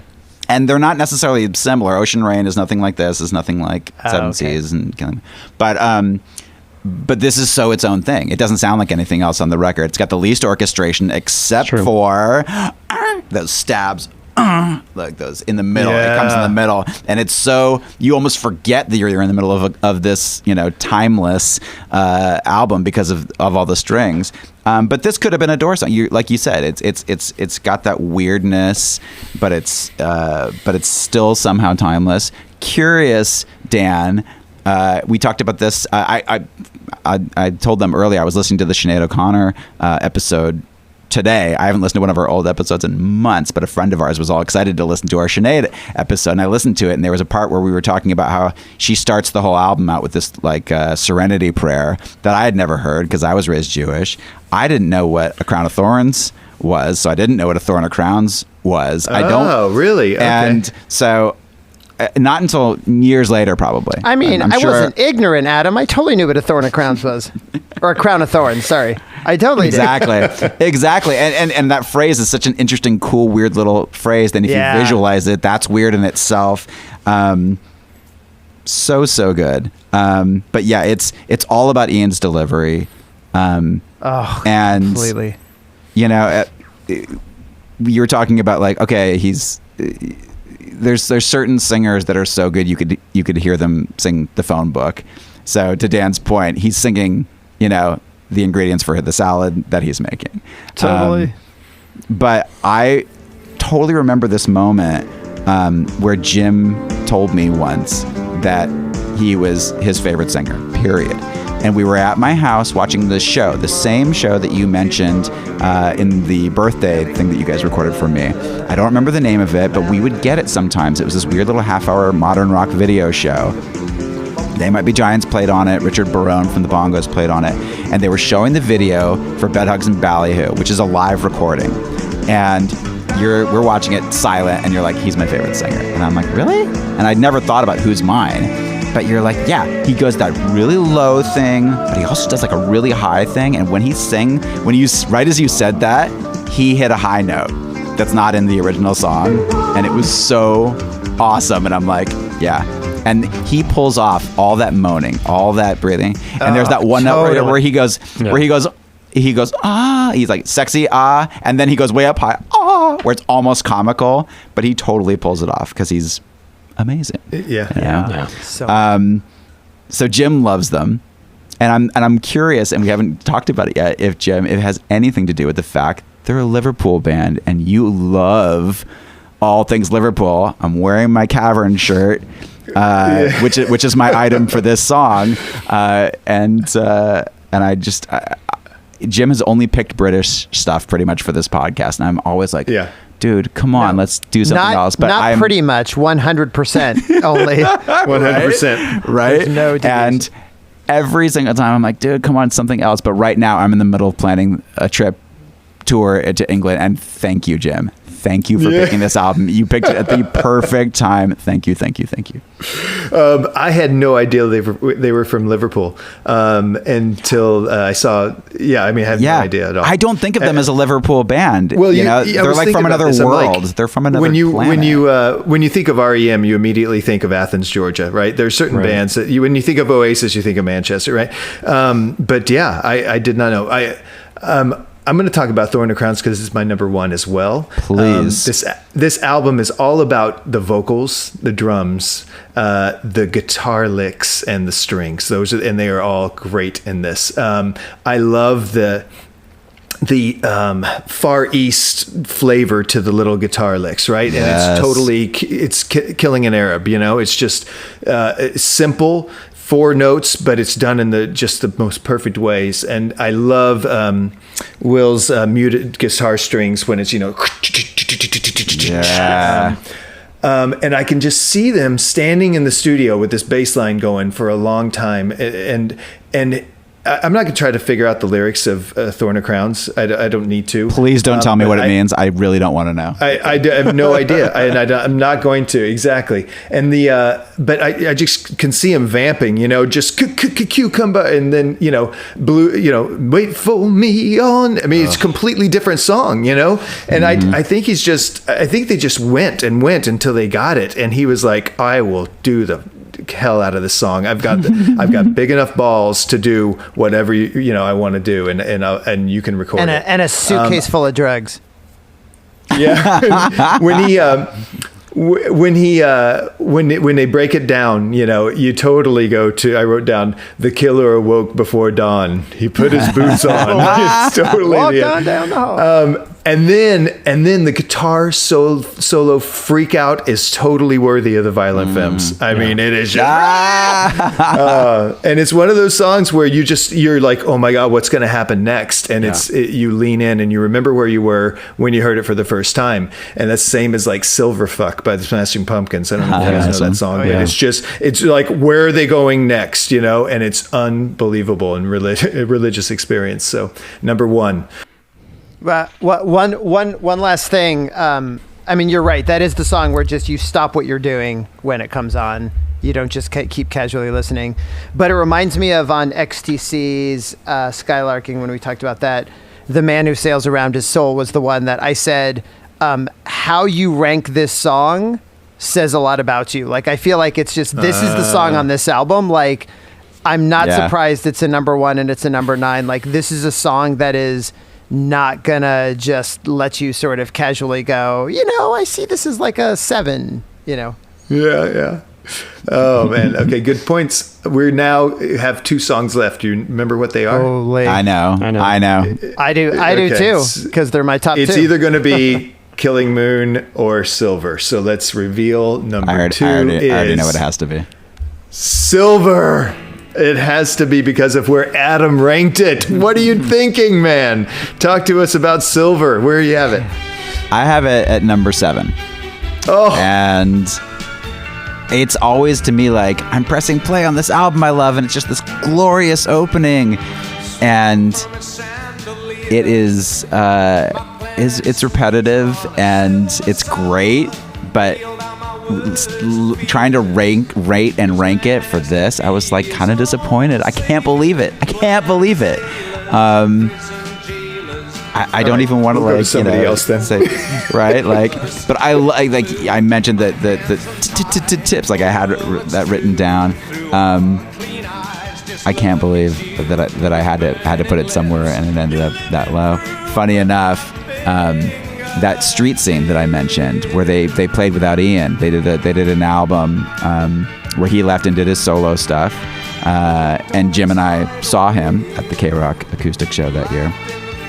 But they did a record that's actually really cool. It's very Manchester-y, and the singer is like kind of doing his own thing. He sings low like Ian, but not like Ian, and he has some like great lyrics, but not as good as Ian. And some of the songs are awesome, but they didn't headline. Maybe they did headline the main like 91X stage that year, which is like the alternative stage, and they proceeded to only play one old song. One. Wow. And it was this one. So no Killing Moon, no Bring on the Dancing Horses, no nothing. There's thousands of people there watching, and they all are waiting, and they didn't get what they wanted. Wow. At a festival. Yeah. In one part of one song, he hummed a little bit of the melody to the cutter. I'm like, that's kind of cool, but come on, man.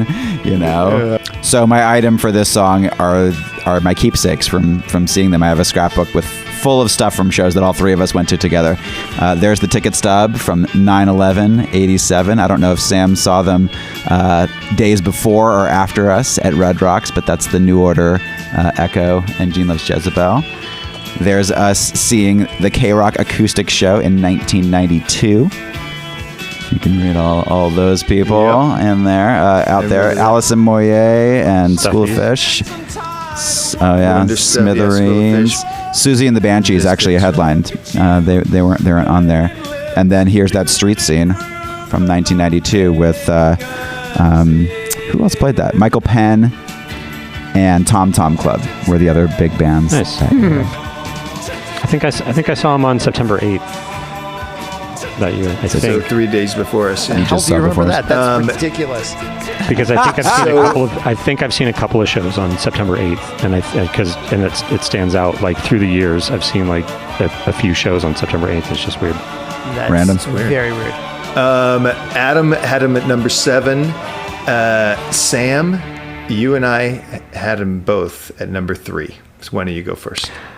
This song, again, it was clearly in my top 3, and it kind of moved around between the top, but I don't think it ever left the top 3, which are all from songs to learn and sing. I think it was just familiarity bred the love on that, but it's a great album opener.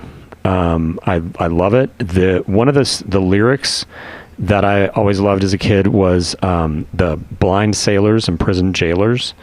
Always gave me something to think about. Like whenever I hear that song, it's just such a captivating image. Because a blind sailor, you can't navigate if you're blind, because you can't see the stars, you can't run the sextant. If you're an imprisoned jailer, like you are the person that's locking people up, and suddenly you're on the inside. Like what are those turn of events? It always brings me into the song so much, and I'm not sure quite where he's getting with it, except for it's like maybe confusion or turning the tables, or just like absurd changes in someone's life.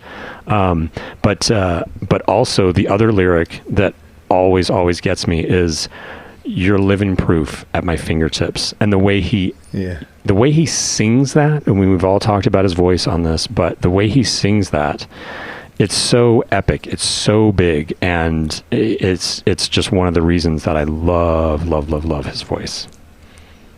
I love that I get to go before Dan on this one. So I had a number 3 too. And I realized this format, if you love it the most, then you get to talk, all your good bits are taken before you. So I'm sorry, Dan. But this song is so good. Swung from a chandelier. I picture it just like the opening chords, I picture this chandelier going back and forth, swinging. It just, you're entering the album in such a joyous way. And God tamers, no one to blamers. The sky is blue. The strings underneath, the sky is blue, and it's we are freaking moving. The strings hold back and then build. Whoa! And anyway, we told ourselves that we wouldn't do that. Did we? But I love the left in the face of a brand new day. I mean, every hit, string hit is amazing. Right off the bat, you're like, wow, there's an orchestra behind them. I always thought it was "You're living proof of my fingertips." I did too, and I don't know what that meant, and it was always like, what does that mean? Yeah, but then too. I read the lyrics, and it's "You're living proof at my fingertips," which makes a lot more sense. Okay, this one is a great solo. Can we all agree? It's an unbelievable guitar solo. Wait, La what is la it? la la. I'm blanking on which part. I'm not going to. It's like you can the insert it into the podcast. Oh yeah. Absolutely. Very kind of George Harrison Beatle-y. Is it a sitar? You know what I mean? It's so good. Yep. And again, it's like, okay, I've just got a little scale I'm going to do. I'm not going crazy here, and I'm going to take my time, and it's going to be perfect.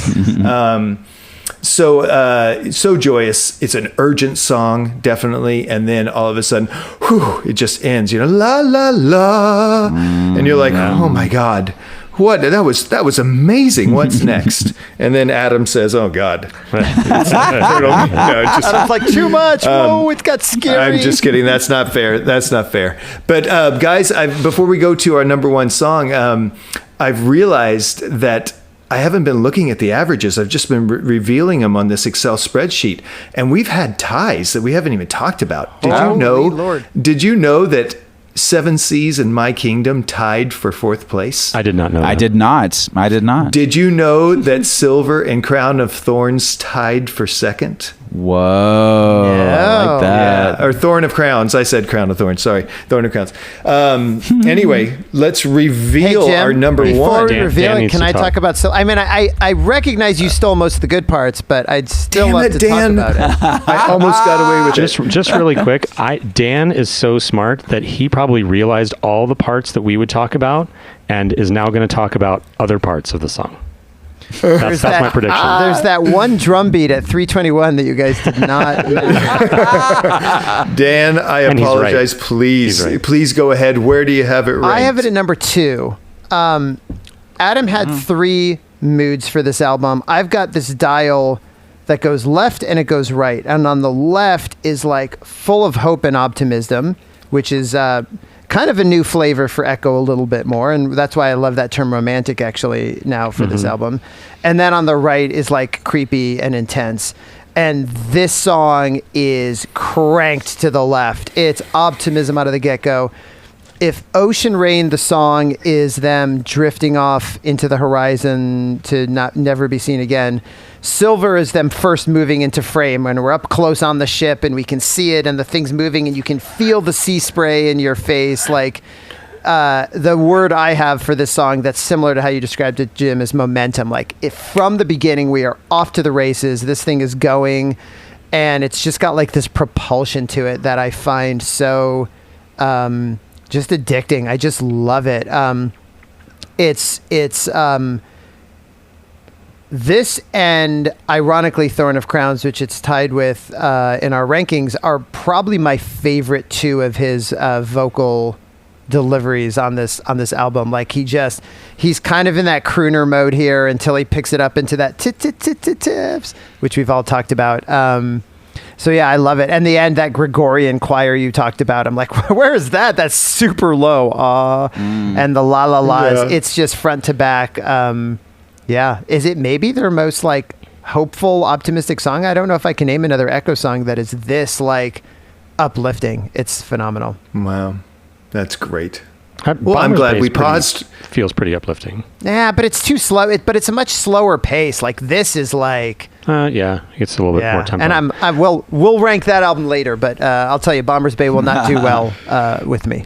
but Spoiler to alert. to Dan's point, like they do go back and forth. It's Silver, Nocturnal Me, Crystal Days, Yo-Yo Man, Totally. Thorn of Crowns, Killing Moon, Seven Seas, My Kingdom, and then Ocean Rain. So there's towards the back of the records Side they A, pair side a couple B, of songs, yeah. but it starts off just like back and forth, which is pretty interesting. Again, we've talked about this before, but like really interesting choices, like Yep. to sequence Yeah. it like that. Yep.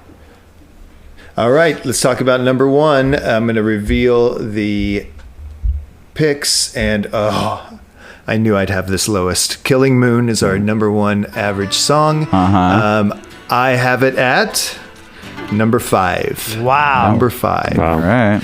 And this is the one when I texted you guys, I said, there's one song that's going to be a problem on this album.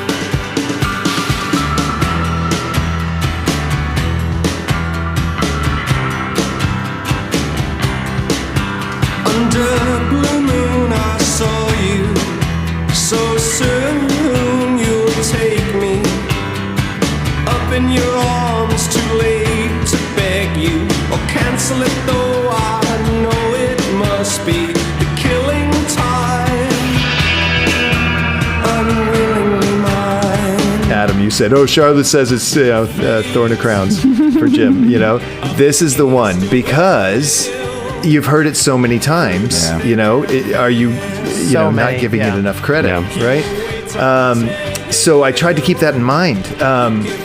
I love the staccato plucks behind Fate Up Against Your Will. Just the little... it's so well produced. Let's add this tone here. Let's add this drum shuffle here. The drum brushes, it's just unbelievable. It's another great guitar solo. So our top 2 songs, just unbelievable. Perfect guitar solos, can't get better. It's only 4 chords, you know? It's the E minor, C, and then the chorus is G and C minor. Such simple guitar licks, but so good. 3 notes combined in every which way, so pleasing to the ear. That style of, that sound that we've been talking about of the guitar, it's probably some like Dorian or harmonic minor scale that I don't know about, but it's got a vibe that's just, it's perfect, and it's one of the best moods that you can find in music, and I love it. But it's number 5 for me. I'm just below somebody else, so Adam, where do you have it? I've got it at number 4, and this was my big dilemma. Do I love this song more than I love the middle 8 of 7 Seas? Because unfortunately, and I didn't mention it when I was talking about 7 Seas, is that one kind of came, when I was listening to it with a critical ear, I didn't like it as much as I remembered. I'm like, oh, I'm definitely going to put it higher than Killing Moon. That's easy. That's easy if you had to, because I'm sure a lot of it had to do with me hearing Killing Moon a million times, but also, same. I've never really loved it. But with a song like Dear God, I thought I never really thought I loved that one too. But when I took a step back, I'm like, oh no, it's great. So I thought that was going to happen here, and it didn't. I love this song, but it's never been, I never thought of it as like one of my favorites. Interesting to read a little bit about it, which I think I did a long time ago and forgotten. Paul McCartney famously woke up and had written Yesterday basically in his sleep and was singing it. This sort of happened with Killing Moon, like some of the lines from it, like Fate Up Against Your Will. I think he woke up and was like, okay, here's a song. The chords, he said, funny enough, came from playing Space Oddity chords backwards and then messing with it until it didn't sound like Space Oddity. I've never thought this one sounds like Space Oddity, but again, when I listened to 7 Seas, I'd never noticed that guitar sounds exactly like the tone is exactly just like the one that Bowie used on that. Funny enough, I started a karaoke night many years ago to be like sort of an anti-karaoke night and sing more obscure songs and make people pay to sing bad ones and give half the money to charity. So I had to get a lot of British stuff, which you could do. You could buy mix CDs basically online. And so Killing Moon, easy. I got to get that one, right? It shows up. I go to listen to it, maybe on stage for somebody. I don't know. It sounded so shitty. It was like some like a guy with a guitar, a bass, and a drum, and that was it. And it wasn't even being played well. And I'm like, what is this? Is this even Killing Me? I could not understand it. And I listened to it again. I'm like, I think I know what this is. Somebody decided at the company to make a karaoke version of Pavement's version of Killing Moon. And that's what it was. Wow. So again, Malcolm S. loves it, but I don't know if it was a mix-up at the plant, and they just like gave the assignment to the karaoke musicians. Wow. They're like, really? Okay. But that's a strange little thing. One of my favorite things, or favorite times I ever heard it for sure, is in Donnie Darko, which is it was famously used, yeah. And I definitely never noticed. Because I think there's a remix of it where it isolates the cello at the beginning, and holy moly, I don't know if there's versions out there where you can only hear the strings, but to hear that cello by itself, it was like amazing, and I never noticed. That's my guy, by the way. He not only arranged the strings, he plays cello on the album. Right. Yay. Right. So, speaking of your guy, that's my guy. Speaking of your guy, Adam, a fellow Adam Correct. Peters. I didn't know that he was on this. He was in a band that did one of our favorite songs of all time. And I don't know if you looked him up, Dan, or if you remember. He was in a duo with another guy, and they had a kind of short-lived band at the time in the 80s called the Flower Pot Men. And they did a song called Beat City from Ferris Bueller's Day Off. No way. When the Ferrari takes off with them after they leave the school is this fantastic song. It is easily my favorite song in that movie. They never did much of anything. They recorded a couple albums, I think. But Adam Peters, that's your guy, and he's my boy. He has that strange little thing. So was he yin or yang in the Flower Pot Men? I thought of that too. Didn't want to bring down all of Charlotte's records and CDs. Needless to say, she has a ton. So I thought it would be funnier to show you what was right next to Echo alphabetically in her collection, and that would be Eben Ozen. She's got 2 Eben Ozen records. A-E, that is why. Sometimes why. Yes. Thank God exactly. Adam's That's not what- ending the podcast on that. Oh, is that not what I'm going to put for the end credits? Oh my God. Oh, that's great. All right. So, Sam, why don't you go first, and then Dan, you can bring us home. Yeah, Dan. Unless you definitely- forget about me.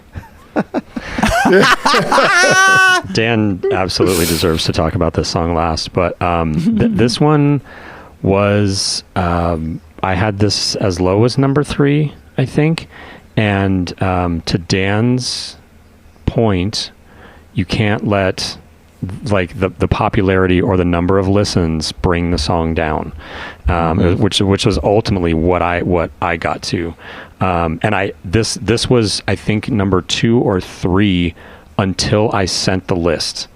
I moved it at the last second, and the funny thing was the entire time that I was listening to this, it was that was kind of like the struggle for me was, is the song really great? Of course it is. It's absolutely great. Is it the best song on the album?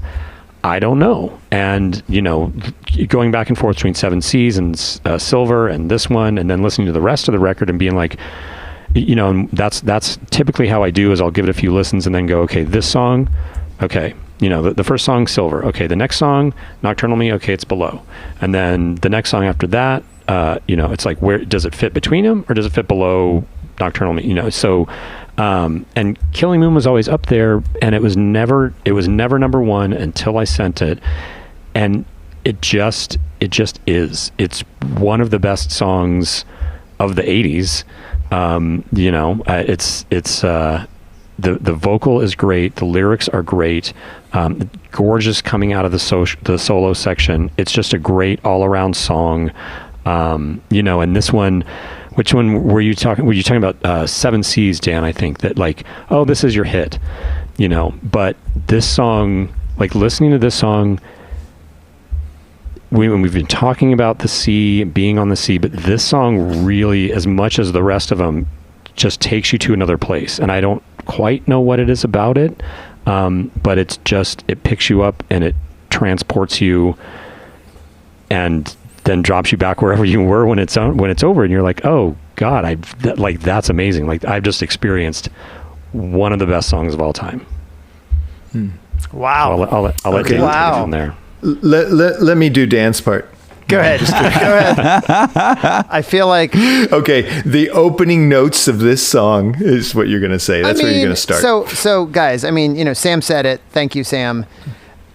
This is one of those songs that is so hard to clear out your cache and say, okay, it's the first time I'm hearing this song. Where does it rank?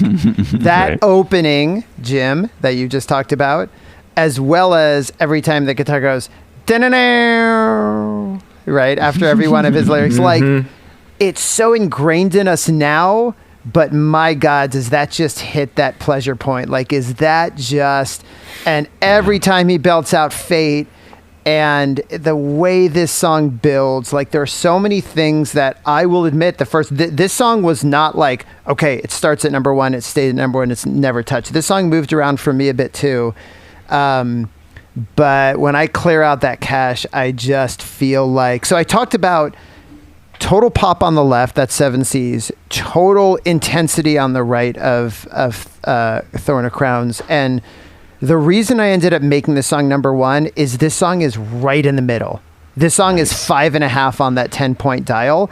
It is both pure pop brilliance and totally dark and moody. And the reason, Sam, I was kind of joking when I said the record exec says 7 Seas, that's your big hit, is this doesn't make as much sense as the song that became the giant hit, which is what I love about it.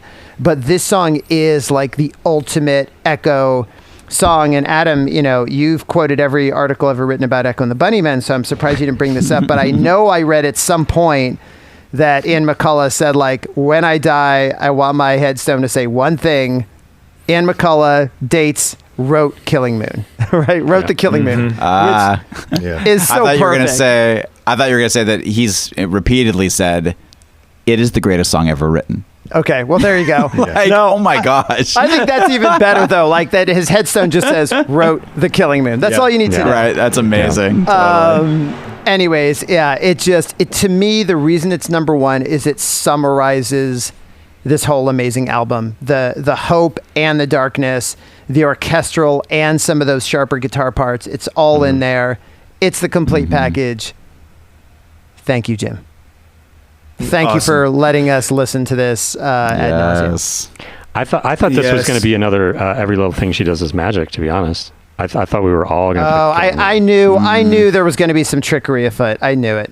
I was wondering if it was going to be me, but it wasn't. I also wondered if it would be you, Sam.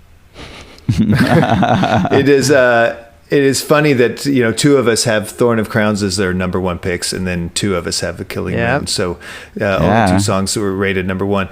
The list from the worst to the first, I can't call Crystal Days the worst. There's no way it is, but it goes Crystal Days and Nocturnal Me tied for last place. Oh, wow. Then you got Yo-Yo Man. Then you have Ocean Rain. Then you have a tie at Seven Seas and My Kingdom. Then you have a tie at Silver and Thorn of Crowns. And then Killing Moon sits top. A lot of ties. That's so interesting.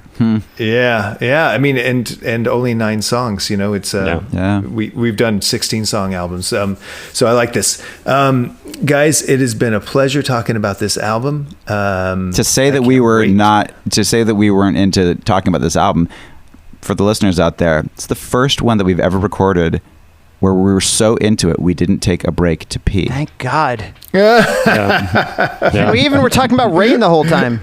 I know, you're like igloo, shower. What else did you say? She'll carry on like a waterfall. Gotta go. All right, so ladies and gentlemen, who's next? I want to say that I am. Dan is next. Absolutely. I know Jim is nervous. Okay, I'll do Dan's pick for him. Jim is nervous. Look, guys. Jim, I don't want to push you every time. Last time we did Yes, It's Blitz, and I don't think you were thrilled with that pick, and I know I pushed you, and so I was like, I'm going to do crowd pleasing this time. I'm going to do crowd pleasing. But then the date got closer. And,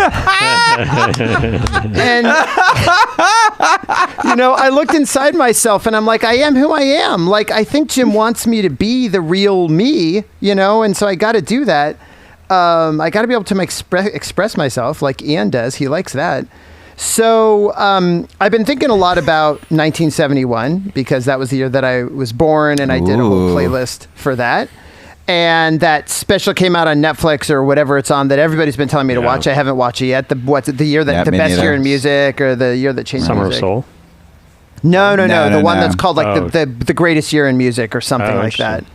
A bunch of people. That's 1985, but go on. A bunch of people have told me to watch that. Well, that's a whole podcast about the best years. But anyways, so there was that happened, and then one of our favorite podcasts, Hit Parade, has done a 2-part recently on 1971. And so just there's been so much 71 because obviously so many great albums turned 50 this year.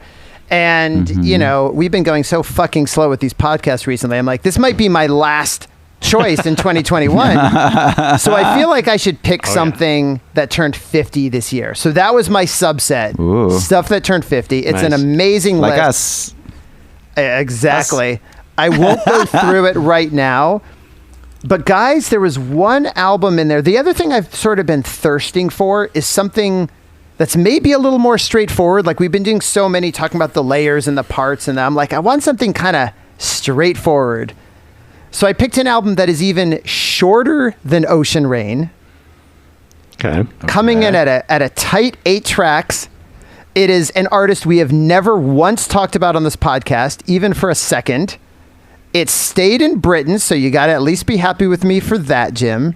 Okay. The album is Rod Stewart, Every Picture Tells a Story. Whoa. Okay. Never heard of it. A genuinely great album. Really? Yes. Wow. Okay. And I cannot wait to see what you guys think. Excellent. Okay. Excellent. So Adam always likes to describe the scene for those that can't see anything. I've got 3 blank faces, basically. It's not the small. It to my library. It's not the small faces. It's the blank faces that I'm looking at. So what I was doing is I was writing down the name of the record, but as soon as you said it, Maggie May's on there, which is one of the greatest songs of the 70s. So like that's Spoiler easy. alert. Spoiler alert. That's Sam's. No, I'm just saying. I'm saying it's Let's a remember song read all the on there. titles. I'm not like Jesus. I'm actually very excited that 3 of you have not even listened to it. That's awesome. I actually wasn't sure. Like, I half expected Jim to say like, "Oh, my mom played that in the car all the time." No. No. Anyways, yes, Rod Stewart is our next pick. I think a lot of people in Vegas just lost a lot of money. I know. It's funny because Rod Stewart and Echo and the Bunnymen toured together for years. Totally. In fact, people don't know this little made-up fact. He was Echo, actually. People thought it was a drum machine. It's actually Rod Stewart. Nice. All right. We will get to that guys. soon. Thank you so much. See you next time. Great one, Jim. I was walking on Broadway, and there's this incredible looking Swedish girl having a cappuccino across the street from Lincoln Center. I started talking to her, and she said her name was Lola. Her English wasn't too good, but we wound up spending about 5 hours together just hanging out, So we go back to my place and we get high and we get really into each other, man. I mean, it was love about to happen, I'm serious. And then all of a sudden she gets up and she says, "Hey, I really gotta leave." Damn. Please follow We Will Rank You at We Will Rank You Pod on Instagram, Facebook, and Twitter, and let us know how you would rank this week's tunes. Sam writes about music on the web at yourolderbrother.com. You can find Adam's music page at You're Doing Great, that's YERDOIN. Please subscribe, rank, and review our show at your favorite pod place, and send us a note with suggestions and flattery to wewillrankyoupod@gmail.com.